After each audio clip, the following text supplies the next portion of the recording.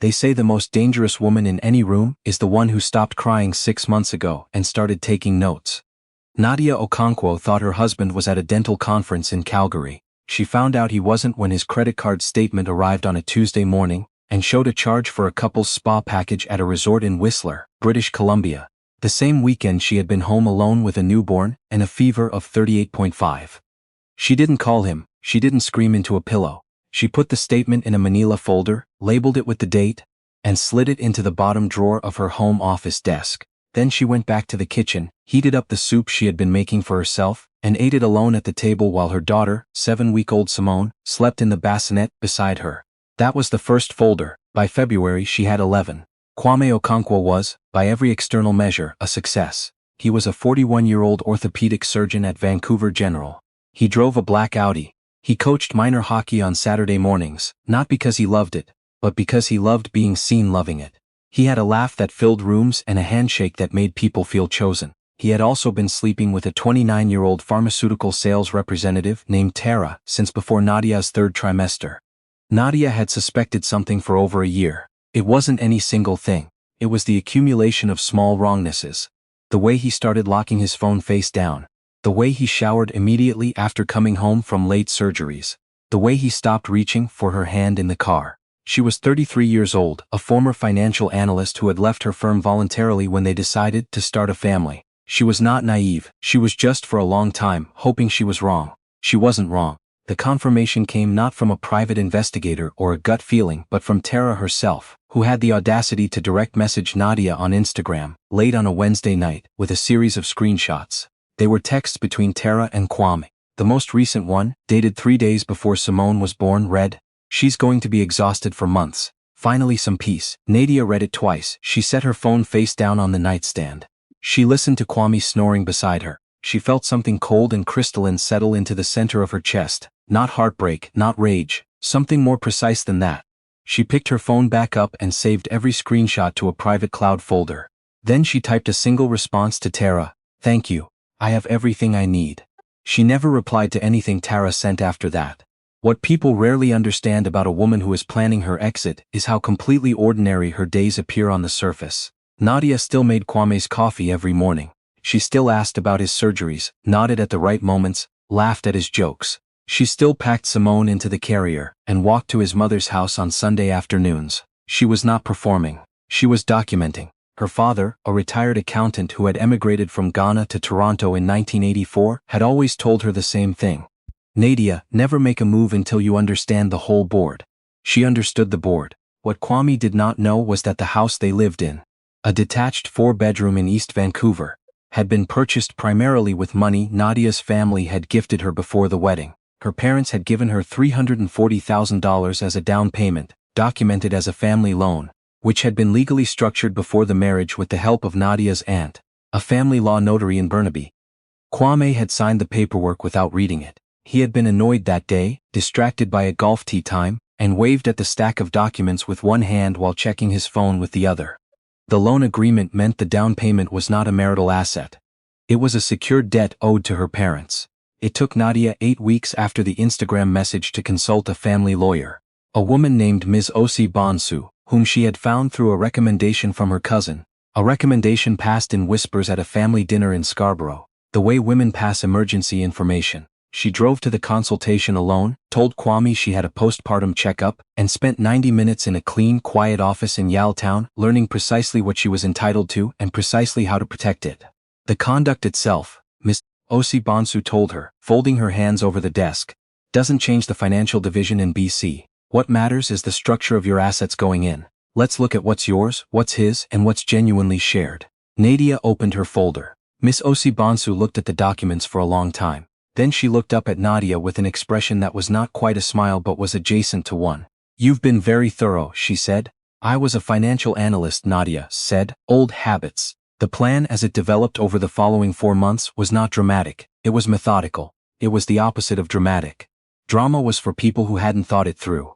First, Nadia quietly moved the inheritance her grandmother had left her, $47,000, sitting untouched in a joint savings account because Kwame had never noticed it, into a personal account she opened at a different bank. Joint accounts allow either party to move funds. She was not doing anything illegal.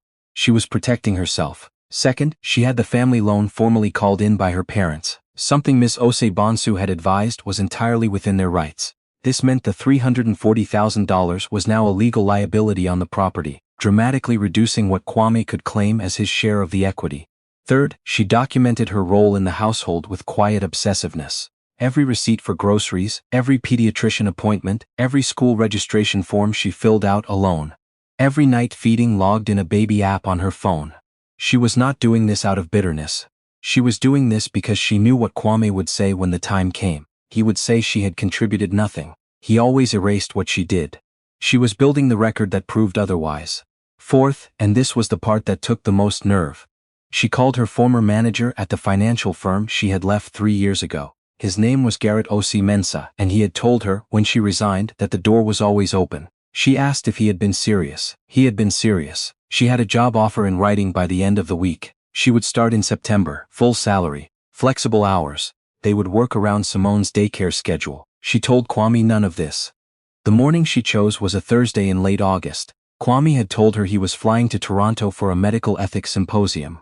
He had shown her the conference website. He had packed a garment bag the night before, kissed Simone on the forehead, and told Nadia he'd be back Sunday.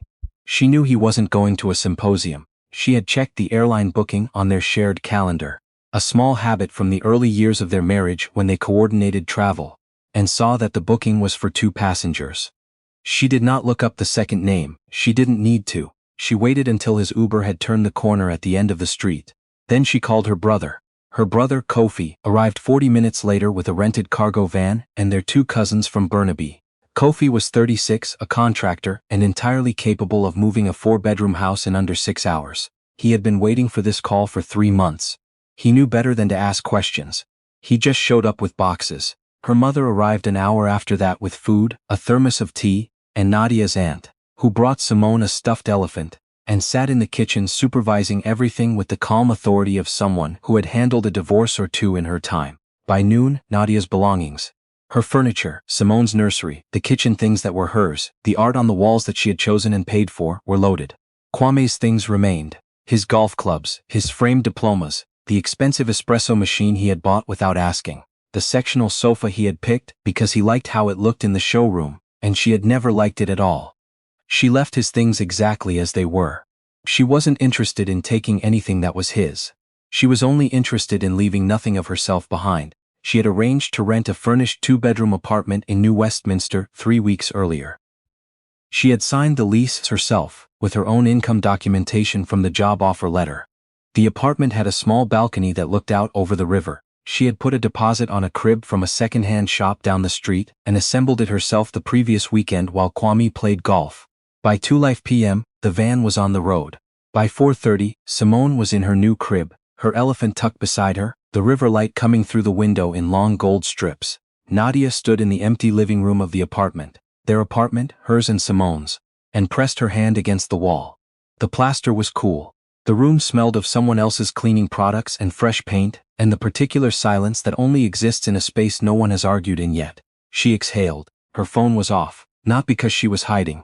She had left a letter on the kitchen counter of the house in East Vancouver. It was 1 page. It was not emotional. It outlined in clear and specific language that she had retained Ms. Bonsu as legal counsel, that all future communication should go through that office, and that she had documented all relevant financial activity over the preceding 8 months. The last line read, "The family loan has been formally called. You'll be hearing from my parents' solicitor this week." She had not written "I know about Whistler." She had not written "I know about Tara." She didn't need to. The man was an orthopedic surgeon. He could diagnose what had happened from the evidence alone. Kwame landed back in Vancouver on Sunday evening. He had told Nadia he'd be home by 8. He walked into the house at 8:22 p.m. The living room was half empty, the art was gone. The sideboard Nadia had inherited from her grandmother was gone. The bassinet, the swing, the diaper bag, the stack of board books they hadn't opened yet. All of it gone. He stood in the center of the room for a long time. Then he walked to the kitchen and found the letter. He read it twice, the way people read things they cannot quite believe.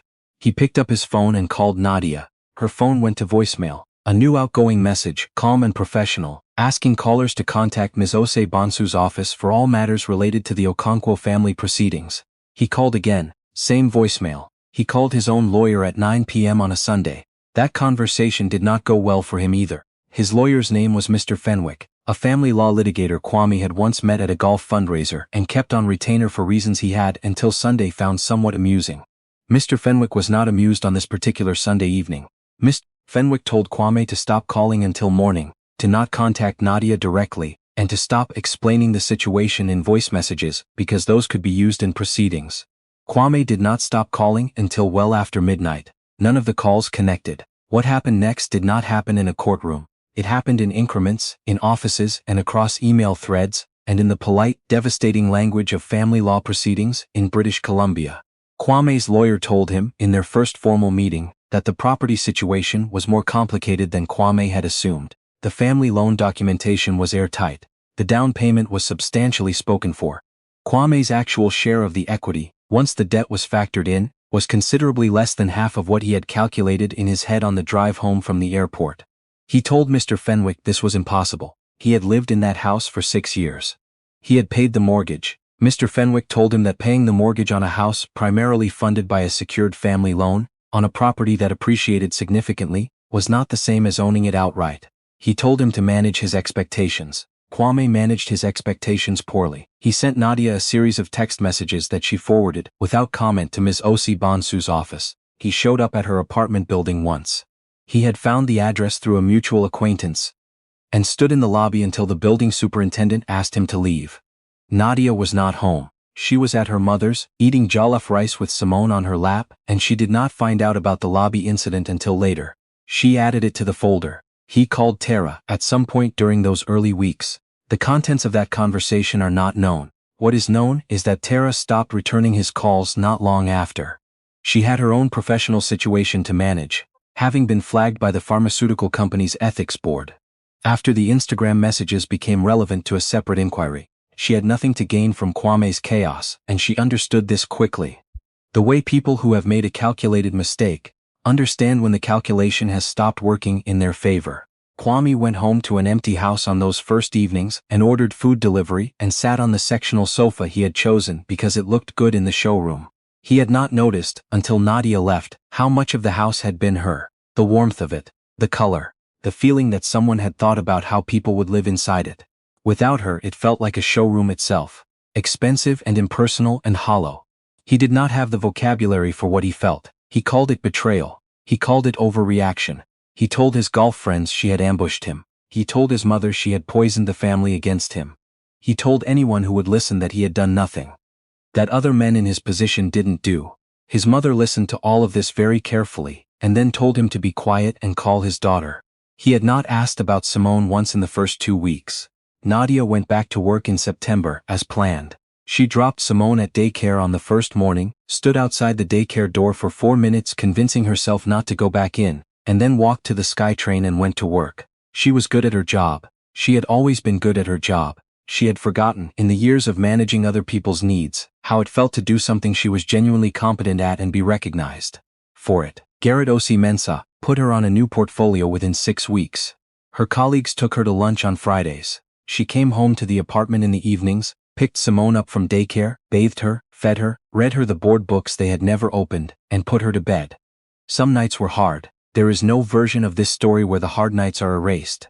She had loved Kwame once. She had built something with him, or tried to. She mourned the version of her life that should have existed.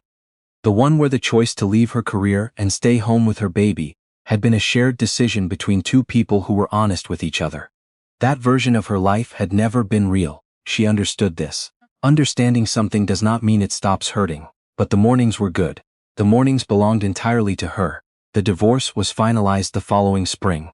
It was not a war in the end, because Nadia had been too thorough for a war to be winnable. The settlement was clean and specific. The property in East Vancouver was sold. After the family loan was repaid and the costs were factored in, Kwame's share of the proceeds was substantially diminished. He was awarded every piece of furniture he had chosen, the espresso machine and the golf clubs. He got the Audi, which he had leased in his name. He got his RRSP. He got supervised access to Simone every second weekend, which would expand as she grew older and as Kwame demonstrated he could be consistent. He had not been consistent in the early months. He canceled visits. He arrived late. He brought gifts that were too large and too expensive for a baby who needed nothing more than her father to show up on time and pay attention. Nadia documented every cancelled visit and said nothing about them publicly. She did not speak badly about Kwame to anyone who knew Simone. She did not want her daughter to inherit the bitterness of a marriage that hadn't worked. She wanted Simone to have whatever version of her father was possible. She was not generous to Kwame because she had forgiven him. She was generous to her daughter because Simone had not done anything wrong. There is something people get wrong about women who leave quietly, who plan carefully, who don't announce the ending before it's finished. People call it calculated. People call it cold. They say, she must have had no feelings at all to do it like that. They have it exactly backwards. The planning is what happens when the feelings are too large to act on. When you love someone enough to have built a life with them, when you have sat beside them in the delivery room, when you have handed them their child, and you find out they were sending messages about you to someone else while you were home alone with a fever. The grief of that is not small. It is not something you walk off. You either burn the house down with both of you inside it, or you build yourself a door and you walk through it carefully. Nadia built a door. She walked through it, with her daughter in her arms, into a life that was smaller in some ways and, in most of the ways that mattered, entirely her own. She moved from the new Westminster apartment after 2 years. She bought a house, a semi-detached in East Van, smaller than the one she had shared with Kwame, with a backyard that needed work and a kitchen that had good light. Her father came from Toronto and spent a week helping her paint the living room. Her mother planted tomatoes in the backyard. Kofi fixed the fence. The night after she got the keys, she sat on the kitchen floor with Simone, who was now 26 months old and very interested in the echoing sound her voice made in the empty rooms. They ate crackers and cheese directly from the package. Simone found this extremely funny. She kept dropping crackers and looking at Nadia to confirm that dropping crackers was hilarious, and Nadia confirmed it was, every time. Later, after Simone was asleep in the only furnished room in the house, Nadia sat on the back step with a cup of tea and looked at the garden her mother had already decided to transform. The yard was overgrown and uneven and full of things that needed to be cut back before anything new could grow properly. She had a folder on her phone, not a legal folder, a different one. Photos she had been saving without quite knowing why. The river light through the apartment window on their first morning. Simone in the second-hand crib, the stuffed elephant tucked beside her. The daycare door. Nadia had stood outside for 4 minutes, convincing herself to keep walking. She looked at them for a while, those small ordinary photographs of ordinary mornings, evidence of a different kind, proof that the life she was building was real, was hers, was already, in so many ways, already good. She put her phone away and finished her tea. The yard needed work. She would start on it in the morning.